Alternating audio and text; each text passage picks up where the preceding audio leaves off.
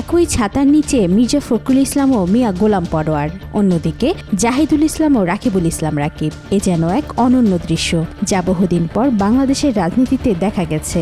গতকাল জুলাই অভ্যুত্থান দিবস উপলক্ষে জাতীয় সংসদের দক্ষিণ প্লাজায় পাঠ করা হয়েছে জুলাই ঘোষণাপত্র।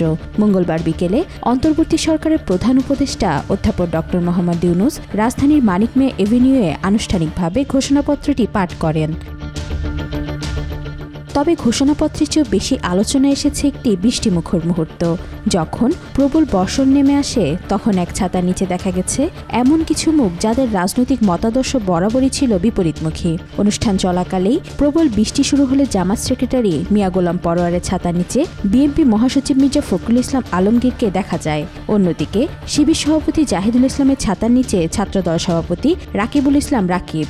এছাড়াও এবি পার্টির চেয়ারম্যান মুজিবুর রহমান মঞ্জুর ছাতার নিচে ইসলামী আন্দোলন বাংলাদেশের আমির সৈয়দ রেজাউল করিমকে দেখা গেছে। এই মুহূর্তগুলো ক্যামেরাবন্দী হয়ে ছড়িয়ে পড়ে সামাজিক যোগাযোগ মাধ্যমে। মুহূর্তে ভাইরাল হয় ছবিগুলো। এছাড়াও ছাত্রদল ও শিবিরের নেতাকর্মীদের খুনসুটির মুহূর্ত ভাইরাল হতে দেখা গেছে সামাজিক যোগাযোগ মাধ্যমে।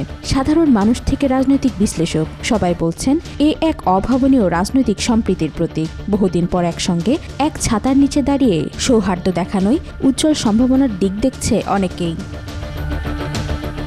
এদিকে নেটিজেনরা বলছেন রাজনীতিতে প্রতিযোগিতার মত পার্থক্য থাকবেই, এটা স্বাভাবিক। সেই সঙ্গে পারস্পরিক সৌহার্দ্য বজায় থাকুক। দেশের প্রধান দুই রাজনৈতিক দল বিএনপি ও জামাতের শীর্ষ নেতাদের মধ্যে যে সৌজন্যতা দেখা গেল তা আগামী দিনের রাজনীতিতে ইতিবাচক প্রভাব ফেলবে বলে মনে করছেন অনেকেই। ওয়াহিদা পারভীন ইশিতা, আজকাল।